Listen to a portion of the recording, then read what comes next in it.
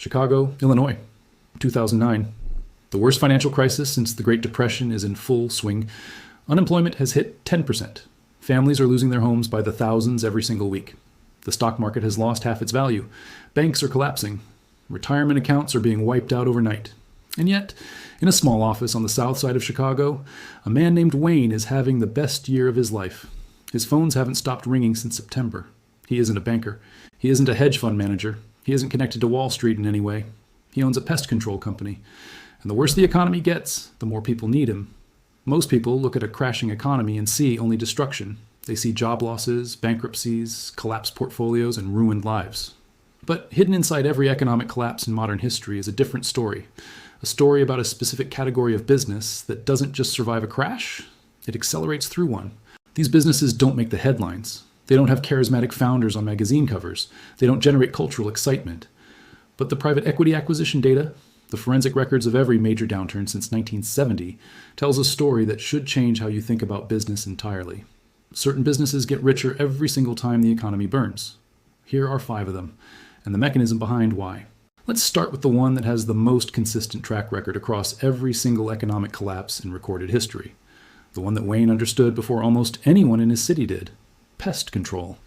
It sounds almost absurdly simple, but the data behind it is anything but simple. Here is the mechanism you need to understand. When the economy collapses, the first thing people do is stop spending on anything discretionary. Restaurants, vacations, new clothes, entertainment, all of it gets cut immediately. But pest control is not discretionary. A cockroach infestation does not check the unemployment rate before arriving. A rodent problem does not care that your bank just froze your account. And here is the detail that makes this business extraordinary during a downturn. When families lose their homes to foreclosure, those properties sit vacant. Vacant properties develop infestations faster than occupied ones. The bank that now owns the foreclosed home still needs pest control services. The new tenant, moving into a cheaper rental, still needs pest control services. During the 2008 to 2009 crisis, the National Pest Management Association documented something remarkable. Industry revenue grew by 4%, while the broader economy contracted by 4%. An 8 percentage point swing in the right direction, while everything else was bleeding. That is not luck. That is structural. The ServiceMaster Corporation, which owns Terminix, reported during the 2008 crisis that their pest control division was their single strongest performing business unit. Not their cleaning services, not their restoration business, pest control. Because the demand never stops. And during a crash, the supply of desperate property owners and landlords actually increases the total addressable market. Wayne understood this in 2003 when he started his company. By 2010, he had tripled his staff. He didn't predict the crash. He just owned a business that didn't need good times to thrive. The second business has a name that sounds boring enough to put you to sleep, but the numbers attached to it during every economic downturn will wake you up immediately. Self-storage, a concrete box with a metal door, nothing sophisticated about it. But let me show you exactly what happens to self-storage demand during an economic collapse, because it is one of the most counterintuitive wealth creation stories in modern business history. When the economy crashes, people lose their homes. They downsize from houses to apartments, from apartments to smaller apartments, from smaller apartments to living with family members. Every single one of those moves generates storage demand, because the stuff they owned doesn't disappear just because their living situation has. The furniture from a 4-bedroom house does not fit in a 1-bedroom apartment. The equipment from a shuttered small business needs somewhere to go.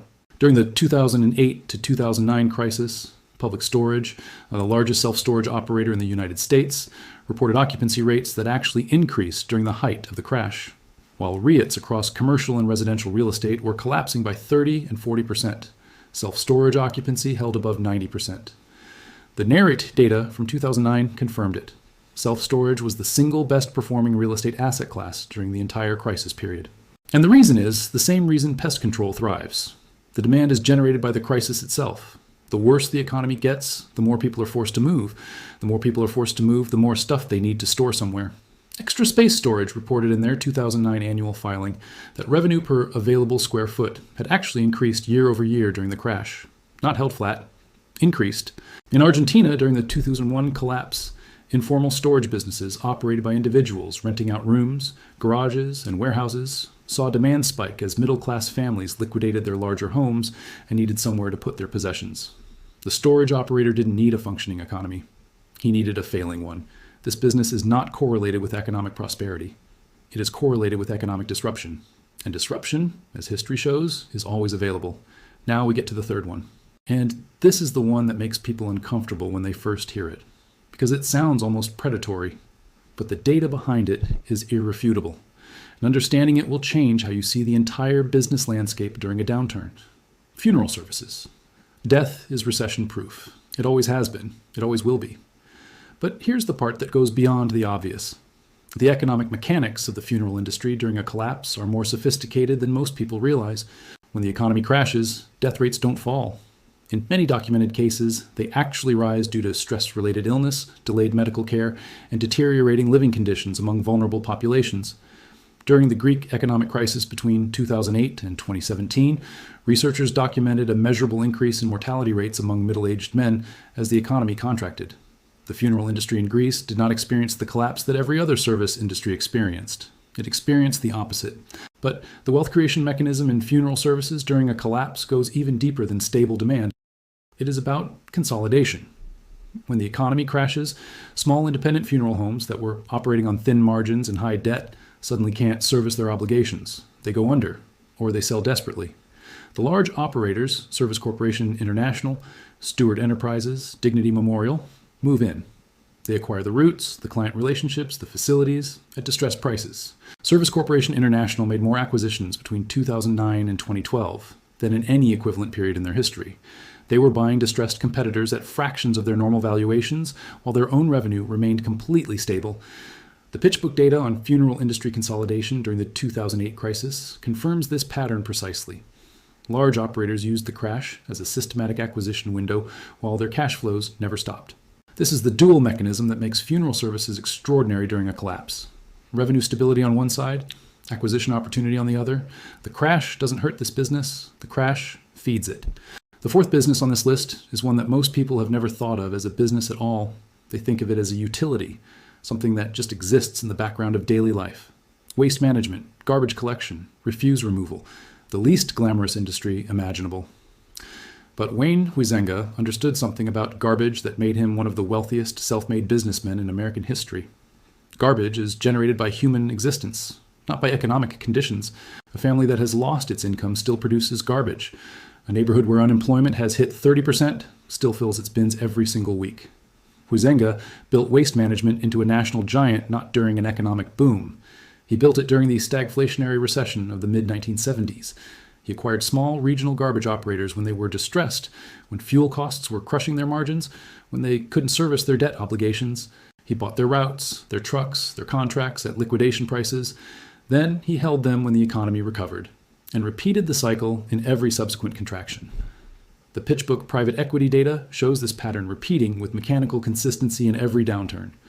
Between 2009 and 2012, acquisition of waste management businesses by institutional private equity accelerated by over 40% compared to pre-crisis levels. During Venezuela's economic collapse post-2015, municipal waste management systems broke down entirely in many cities. Private informal waste operators who had built route networks and client relationships stepped into the vacuum. They charged in dollars. They got paid in dollars. While the broader Venezuelan economy was experiencing hyperinflation, destroying the purchasing power of every bolivar-denominated business, the informal waste operators were building dollar-denominated revenue streams. The garbage kept coming. The dollars kept flowing. This business has one property that no financial engineering can replicate. Its demand is generated by human biology, not economic conditions. People eat, people generate waste. The economy is irrelevant. The fifth business is the one that ties the entire pattern together. And it is the one that the most sophisticated private equity firms in the world have been systematically acquiring in the 18 to 36 months following every major economic crisis since 1980.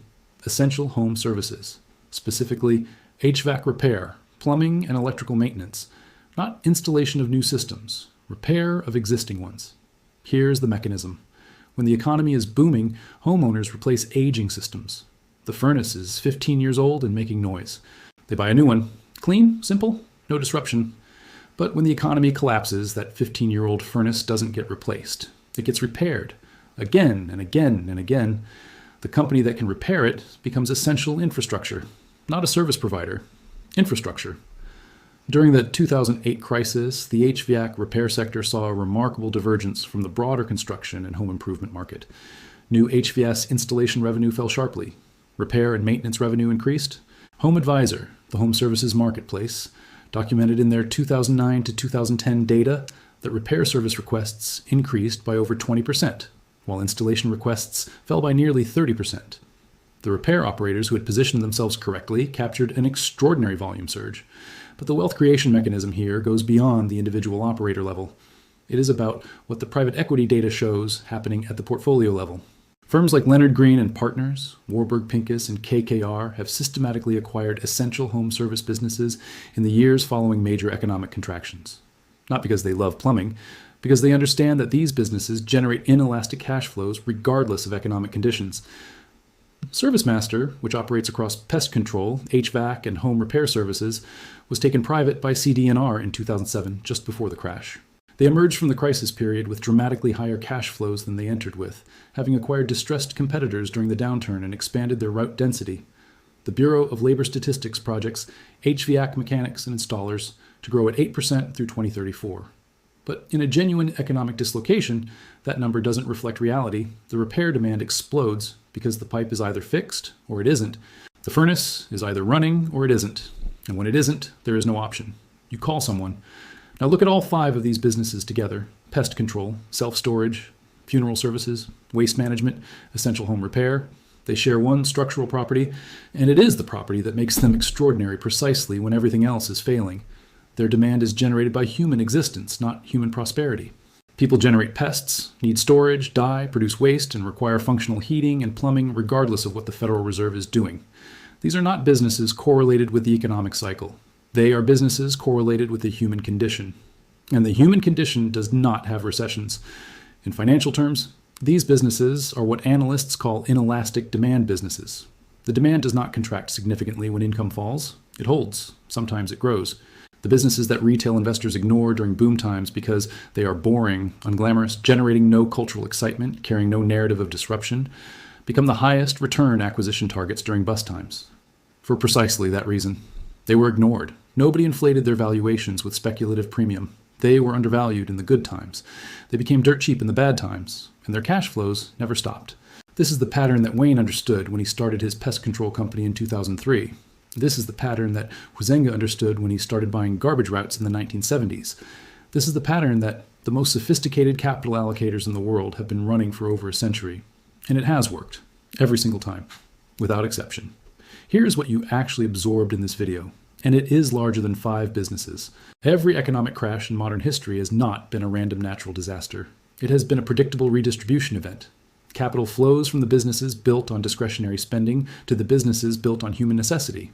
From glamour to essentials, every single time. The middle class was taught to chase exciting businesses during booms. The data from a century of private equity acquisitions tells a completely different story.